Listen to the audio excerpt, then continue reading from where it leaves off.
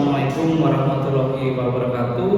Perkenalkan, nama saya Bambang Putra Prasetya, SE MSCMM, selaku dosen Prodi Manajemen di Fakultas Ekonomi Universitas Widya Mataram, Yogyakarta. Nah, pada saat ini saya akan memaparkan tentang salah satu mata kuliah yang saya ampu, yaitu salah satunya Manajemen Keuangan 2. Nah, saya sebagai dosen di Prodi Manajemen Fakultas Ekonomi Universitas Widya Mataram, Yogyakarta, telah menerapkan Tridharma Perguruan Tinggi. Nah, saya menggunakan sistem pengajaran dengan sistem DIA, yaitu D itu untuk delivery. Nah, jadi di delivery ini adalah proses menyampaikan materi pembelajaran secara baik dan menyenangkan agar dapat diterima oleh mahasiswa. Sedangkan I adalah untuk interaction atau interaksi. Jadi proses interaksi yang terjalin antara mahasiswa atau mahasiswa ataupun antara dosen dengan mahasiswa. Tujuannya ini adalah supaya untuk mencapai tujuan pembelajaran. Dan yang untuk E adalah assessment, di mana assessment ini adalah proses untuk mengukur kemampuan mahasiswa secara objektif dalam menerima pembelajaran. Baik, untuk mata kuliah Manajemen Keuangan 2 ini merupakan mata kuliah lanjutan dengan mata kuliah prasyarat, yaitu Manajemen Keuangan 1. Nah, untuk mengikuti mata kuliah ini jadi mahasiswa diwajibkan untuk lulus dalam mata kuliah prasyarat, yaitu Manajemen Keuangan 1. Nah, untuk mata kuliah Manajemen Keuangan 2 ini merupakan salah satu mata kuliah wajib dan merupakan salah satu mata kuliah inti yang ada di program studi manajemen Fakultas Ekonomi Universitas Widya Mataram. Nah, untuk mata kuliah ini berbobot 3 SKS yang diperuntukkan bagi mahasiswa semester 3. Dan juga untuk mata kuliah ini menjadi prasyarat untuk mengambil konsentrasi manajemen keuangan, yang merupakan menjadi salah satu konsentrasi ataupun peminatan yang ada di program studi manajemen Fakultas Ekonomi Universitas Widya Mataram. Nah, untuk sesuai dengan pedoman penyelenggaraan pendidikan di Universitas Widya Mataram, Yogyakarta, mata kuliah ini disampaikan di dalam 16 kali pertemuan dengan 14 kali tatap muka dan 2 kali ujian, yaitu UTS dan UAS. Nah, untuk mata kuliah Manajemen Keuangan 2 ini memiliki CPL. CPL dalam mata kuliah ini terdiri dari beberapa aspek, diantaranya sikap, keterampilan umum, keterampilan khusus, dan aspek pengetahuan. Untuk sikap ini diharapkan dengan adanya mata kuliah ini dapat menunjukkan sikap bertanggung jawab atas pekerjaan di bidang keahliannya secara mandiri. Nah, untuk aspek pengetahuan ini diharapkan nanti mampu menguasai konsep untuk memilih dan menggunakan teknik, prosedur, dan metode analisis keuangan yang tepat dalam investasi yang tepat. Nah, sedangkan untuk keterampilan umum itu mempunyai integritas ataupun mampu mengintegritaskan informasi keuangan dengan pengetahuan keuangan untuk pengambilan keputusan. Nah, untuk keterampilan khusus sendiri di dalam mata kuliah ini diharapkan mahasiswa mampu mengaplikasikan ilmu pengetahuan khususnya ilmu manajemen keuangan untuk mengelola suatu entitas investasi. Nah, sedangkan CPMK dalam mata kuliah ini adalah untuk menunjukkan sikap bertanggung jawab terhadap pekerjaan di bidang sesuai dengan keahliannya secara mandiri. Lalu CPMK yang kedua adalah memahami konsep dasar tentang manajemen keuangan. Nah, lalu yang ketiga adalah mengaplikasikan konsep manajemen keuangan di dalam pengambilan keputusan manajerial perusahaan. Dan untuk CPMK yang terakhir, yang keempat, yaitu mampu menganalisa laporan keuangan untuk mengintegrasikan informasi pengetahuan keuangan dan juga investasi. Nah, untuk capaian pembelajaran mata kuliah ini nanti akan di breakdown ke dalam 14 pertemuan atau 14 tatap muka. Nah, untuk dukungan literatur itu sudah dijelaskan di dalam kontrak kuliah Dan juga untuk referensi penunjang, dalam mata kuliah manajemen keuangan ini itu bisa didapatkan di artikel, jurnal ataupun berita. Nah, yang berikutnya adalah untuk aspek interaction. Ini proses interaksi yang terjalin antara mahasiswa dengan mahasiswa ataupun mahasiswa dengan dosen guna mencapai pembelajaran. Sistem pembelajaran yang digunakan dalam mata kuliah manajemen keuangan 2 ini dengan menggunakan sistem SCL atau Student Centered Learning. Jadi dosen dalam hal ini sebagai jembatan ataupun bridging ataupun pembimbing di dalam proses pembelajaran. Nah, sedangkan platform yang digunakan dalam mata kuliah manajemen keuangan 2 ini diantaranya adalah laporan keuangan perusahaan terbuka yang bisa diperoleh di Bursa Efek Indonesia. Lalu berikutnya, platform yang berikutnya adalah e-learning yang disediakan oleh Universitas Widya Mataram yang bisa diakses oleh mahasiswa dengan menggunakan SIMAK. Nah, yang berikutnya untuk aspek assessment, ini adalah sebuah proses penilaian untuk mengukur pencapaian ataupun mengukur tingkat penerimaan pembelajaran mahasiswa. Itu menggunakan poin-poin penilaian yang dijabarkan di dalam kontrak kuliah. Nah, hasil asesmen ini harapannya mahasiswa dapat mengetahui proses penilaian secara transparan dan objektif. Demikian pemaparan 3 aspek dalam mata kuliah manajemen keuangan 2 yang diterapkan dalam proses pembelajaran yang terdiri dari DIA, Delivery, Interaction, and Assessment.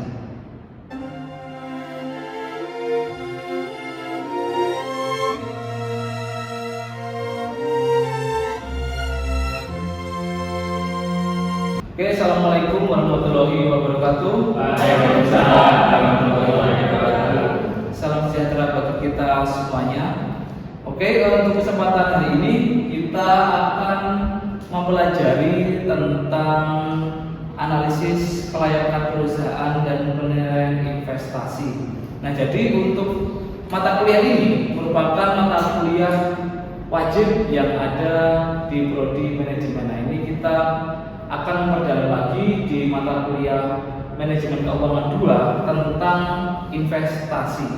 Nah, nanti akhirnya setelah itu di akhir pertemuan kita akan mencoba memperdalam lagi terkait dengan bagaimana sih psikologi dari orang per orang terhadap potensi investasi yang akan dimunculkan oleh si calon investor. Nah, oleh sebab itu, sebelum kita memperdalam lebih jauh tentang yang namanya investasi, ada yang tahu tentang definisi investasi? Ada, Pak. Investasi itu menyimpan uang atau dananya di sebuah perusahaan agar mendapatkan keuntungan. Mungkin seperti itu. Oke, yang lain? Ada yang lain? Saya, Pak. Oke. Investasi adalah penundaan konsumsi sekarang untuk digunakan atau diproduksi untuk jangka ke depan. Biar mendapatkan keuntungan. Oke, berikut kanan. Nah, oke, dari 2 jawaban tadi dari Ayah dan juga dari Anggun, kita mencoba untuk melihat definisi investasi menurut para ahli. Nah, kita lihat bahwasanya dari ahli Tajalili di tahun 2010 menyampaikan bahwasanya investasi itu adalah sebuah komitmen atas sejumlah dana atau sumber daya. Dalam hal ini adalah modal Anda, uang Anda. Nah, dalam hal ini adalah itu. Nah, yang dilakukan pada saat ini. Nah, jadi uang Anda, modal Anda pada saat ini itu dengan tujuan memperoleh sejumlah keuntungan yang akan diraih di masa yang akan datang. Nah, jadi esensi dari sebuah investasi adalah uang yang Anda miliki saat ini, modal yang Anda miliki saat ini itu Anda keep. Nah, setelah di-keep, diinvestasikan, gunanya adalah untuk memperoleh keuntungan ataupun sejumlah uang yang lebih di masa yang akan datang. Nah, itulah esensi dari definisi investasi. Nah, ada juga disampaikan bahwasanya investasi itu adalah bagian dari penundaan konsumsi dari apa yang dimiliki. Dalam hal ini, kalau kalau punya uang biasanya kan langsung digunakan untuk membeli ini, membeli kosmetik, membeli motor, dan membeli makanan ataupun yang lain. Tetapi karena tujuannya investasi adalah dia menunda untuk melakukan konsumsi saat ini atas sumber daya yang dimiliki, tujuannya adalah untuk digunakan dalam produksi yang efisien dalam waktu tertentu. Dalam hal ini adalah untuk mencapai keuntungan di masa yang akan datang. Jadi menunda konsumsi, uang disimpan, modal yang disimpan, sumber daya yang disimpan untuk memperoleh keuntungan yang akan datang. Nah, itulah esensi dari investasi. Lalu harus dibedakan juga mahasiswa, teman-teman mahasiswa di sini antara investasi dan spekulasi. Begitu. Jadi kalau spekulasi itu kita tanpa adanya perhitungan. Nah, kalau investasi kita sudah ada goal ataupun tujuan yang jelas nih. Harus ada hitung-hitungan yang jelas. Oke, nanti hasil investasi kita akan kita ambil pada tahun keberapa. Nah, itu nanti akan kita pelajari di pertemuan-pertemuan berikutnya. Tetapi pada hari ini, pada pertemuan kita kali ini, jadi teman-teman mahasiswa wajib membedakan antara investasi dan spekulasi. Nah, kalau spekulasi kita bisa lihat, spekulasi itu mencari pembelian aktiva yang dapat dijual dengan harapan memperoleh keuntungan yang cepat. Memperoleh keuntungan yang cepat dari kenaikan harga aset tersebut dalam waktu beberapa minggu atau bulan. Nah, dalam hal ini investasi itu kita pelajari bahwasanya ini jangka panjang. Nah, kalau beberapa minggu atau bulan itu berarti intinya adalah bukan investasi tetapi hanya spekulasi. Nah, investasi jangka panjang berarti ada yang 5 bulan, 6 bulan, 1 tahun, 2 tahun, 3 tahun, bahkan sampai lebih ada yang 10 tahun. Nah, modal sumber daya inilah yang kita simpan, kita tunda konsumsi, kita tunda gunakan untuk keuntungan kita 5 tahun ke depan. Kita mau dapat apa sih dari sumber daya yang kita miliki? Nah, itulah yang dinamakan investasi. Nah, lalu oleh sebab itu, investasi kepemilikan itu esensinya adalah bisa dilihat dari lama waktunya. Kalau lebih dari 6 bulan, lebih dari 6 bulan itu bisa dinyatakan sebagai sebuah investasi. Nah, kalau kurang dari 6 bulan, katakanlah membeli barang, lalu sebulan berikutnya dijual, itu bukan investasi, tetapi hanya spekulasi aja. Butuh uang dijual. Nah, tetapi kalau investasi lebih dari 6 bulan, itu artinya adalah kita sudah berinvestasi. Karena apa? Di tengah waktu 6 bulan ini ada banyak kejadian-kejadian yang di luar dari intervensi kita, yang itu akan menjadikan harga barang yang kita miliki bisa naik ataupun bisa turun. Nah, itulah esensi dari investasi. Nah, selain itu kita bisa melihat bahwasanya investasi itu dapat dilakukan dalam apa saja toh? Kita bisa investasi dalam bentuk apa saja? 1, barang. 2, deposito. Yang ketiga, kita bedakan lagi. Saham. Yang berikutnya, kita bisa lihat investasi itu kita bisa bedakan dalam bentuk aktiva tetap dan aktiva lancar. Aktiva tetap itu berarti berkaitan dengan hal-hal yang bersifat lancar. Nah, kalau aktiva tetap berarti berkaitan dengan hal-hal yang wujudnya tetap. Kalau aktiva tetap berarti kita investasi dalam bentuk tanah, terus emas. Nah, seperti itu. Nah, kalau aktiva lancar dalam bentuk saham, obligasi, dan macam-macam. Oke, sampai sini paham untuk definisi investasi yang bisa membedakan antara investasi dan juga spekulasi? Paham? Oke, tadi setelah kita belajar tentang definisi dari investasi, kita harus tahu juga tentang tujuan investasi. Kenapa sih kok kita butuh ataupun kita perlu investasi? Nah, kita perlu lihat tujuan kita. Kita sebagai seorang manusia ingin hidup sejahtera, ya kan? Nah, berarti salah satu tujuan dari investasi adalah ingin meningkatkan kesejahteraan. Nah, oleh sebab itu dengan adanya peningkatan kesejahteraan ini, dengan investasi dana yang kita konsumsi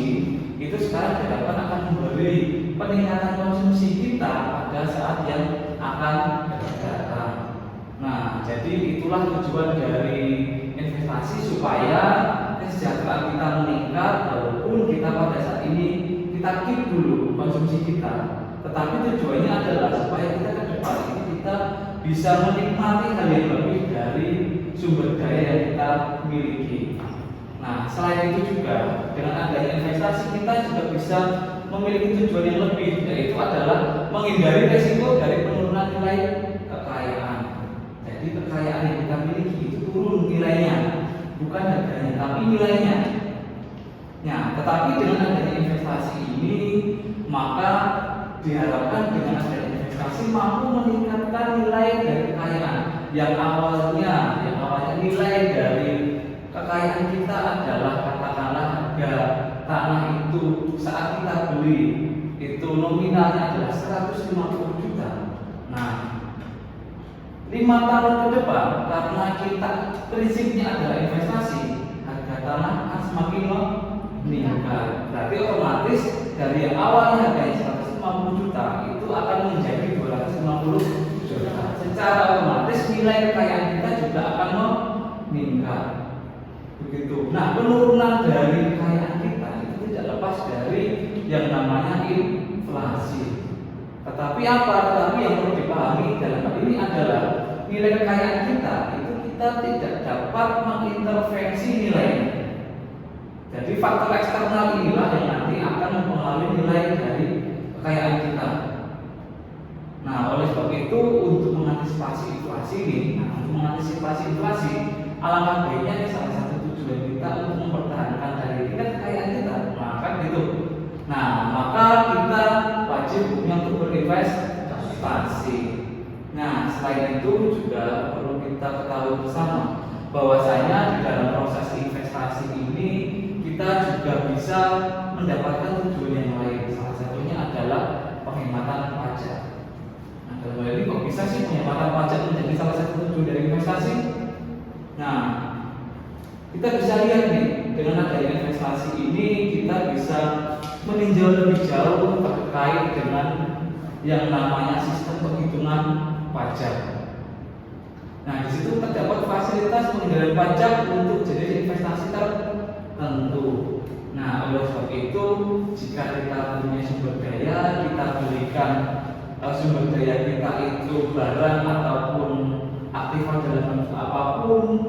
Nah, yang nantinya itu nilai dari ataupun produk ataupun barang yang kita beli itu merupakan produk yang tidak kena pajak. Nah, itu salah satunya adalah salah satu strategi untuk penghematan pajak. Nah, dari sini ada 3 tujuan investasi. Paham? Nah, oke, itulah 3 tujuan dari investasi. Nah, oleh sebab itu kita untuk melakukan investasi ya kita sebagai orang manajemen kita tidak boleh serta-merta langsung melakukan investasi tanpa kita selidiki terlebih dahulu. Nah, oleh sebab itu di dalam manajemen keuangan 2 ini kita memiliki sebuah ataupun beberapa metode atas penilaian investasi. Nah, di antaranya kita bisa lihat ada yang namanya ARR atau Average Rate of Return. Nah, di ARR ini kita bisa menghitung besaran rata-rata laba yang diperoleh setiap tahunnya dari sebuah investasi. Nah, selain itu kita bisa meninjau juga investasi dari payback period-nya. Payback period itu seberapa lama modal kita akan kembali. Nah, kita investasi lalu setelah kita investasikan berapa lama sih modal kita akan kembali? 1 tahun kah, 2 tahun kah, atau 3 tahun kah? Ini kita bisa hitung melalui payback period. Semakin lama periode investasi maka itu perlu kita pertimbangkan akan kita investasikan atau tidak. Semakin cepat akan semakin baik. Nah, itulah beberapa metode dalam penilaian investasi. Selain itu kita juga ada yang namanya net present value, ada juga probability index, ada juga yang namanya internal rate of return. Nah, itulah yang nanti akan kita bahas, akan kita selesaikan di dalam materi ini, khususnya tentang metode penilaian investasi. Nah, oke, lalu untuk materi pembelajaran kita supaya teman-teman mahasiswa itu lebih paham dan juga lebih mengerti lagi tentang metode penilaian penilaian investasi. Nah, ini saya akan memberikan tugas. Nah, nanti silakan teman-teman menggunakan teknologi informasi yang teman-teman gunakan. Ini saya sudah membuat soal yang ada di dalam barcode ini. Nah, jadi silakan scan barcode ini. Nah, silakan keluarkan HP untuk scan barcode. Nanti silakan untuk soal dikerjakan di rumah ataupun nanti bisa kerja individu. Tapi besok minggu depan pertemuan berikutnya akan kita bahas terkait dengan metode penilaian investasi. Oke, sudah? Oke, sejauh ini untuk mata kuliah kita tentang analisis keuangan perusahaan dan analisis investasi, ada yang ditanyakan? Ada yang ingin bertanya? Silakan angkat tangan. Saya Pak, kan tadi dijelaskan mengenai investasi, dan investasi itu memang kan sangat penting untuk menunjang kehidupan kita ke depannya. Nah, kalau kita mau berinvestasi itu kan tadi dijelaskan juga ada yang aktiva tetap sama aktiva lancar. Nah, kalau kita mau berinvestasi itu prefer yang aktiva tetap atau yang ke aktiva lancarnya untuk memulai keuntungan lebih dari untuk investasi itu.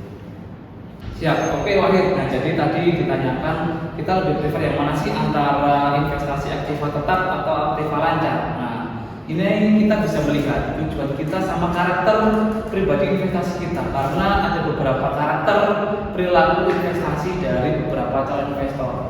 Ada karakter yang satu, dia cari aman. Jadi kalau dia itu menginvestasikan sesuatu, dia ingin uangnya aman loh. Yang kedua, dia ingin karakter yang kedua adalah calon investor itu ingin modal dan balik modal yang sangat besar tanpa memperhitungkan resiko. Nah, itu memang karakternya itu memang karakter-karakter yang pemberani. Dia tidak takut akan resiko. Ya memang pada prinsipnya itu high risk high return. Nah, jadi kalau pilih yang mana antara aktiva tetap atau aktiva lancar, nah ini kita bisa sandingkan dulu nih antara karakter dari masing-masing calon investor. Nah, kalau Wahid sendiri tipikal orang yang cari aman ataukah orang yang ingin mendapatkan keuntungan yang lebih tapi konsekuensi menanggung risiko yang besar. Nah, baik di aktiva lancar itu banyak produk investasi yang high risk high return. Resikonya tinggi banget, tetapi ya tingkat pengembalian dan tingkat keuntungannya nanti juga akan tinggi. Nah, ada juga di aktiva lancar yang tingkat risikonya rendah, tetapi apa? Returnnya juga rendah. Itu juga di investasi aktiva tetap. Nah, kalau di aktiva tetap itu ya mayoritas biasanya yang ingin ambil aman-aman saja. Begitu. Jadi kalau ingin investasi di aktiva tetap atau aktiva lancar ya ini tinggal kita bandingkan saja. Kita sebagai calon investor inginnya yang aman ataukah kita inginnya itu yang dapat modal ataupun ingin tingkat pengembalian gede tapi risikonya tinggi. Nah, tinggal dibandingkan aja. Kalau karakternya Wahid ingin cari aman ya aktiva tetap saja. Kalau karakternya ingin mendapatkan keuntungan yang gede tetapi berani menanggung risiko, ya investasi di saham lah, di reksadana atau dimanapun itu bisa. Jadi itu tergantung dari masing-masing karakter keperilakuan dari calon investor. Oke, pertemuan sesi ini kita akhiri. Kurang dan lebihnya saya mohon maaf. Bila taufiq wal hidayah. Wassalamualaikum warahmatullahi wabarakatuh. Waalaikumsalam.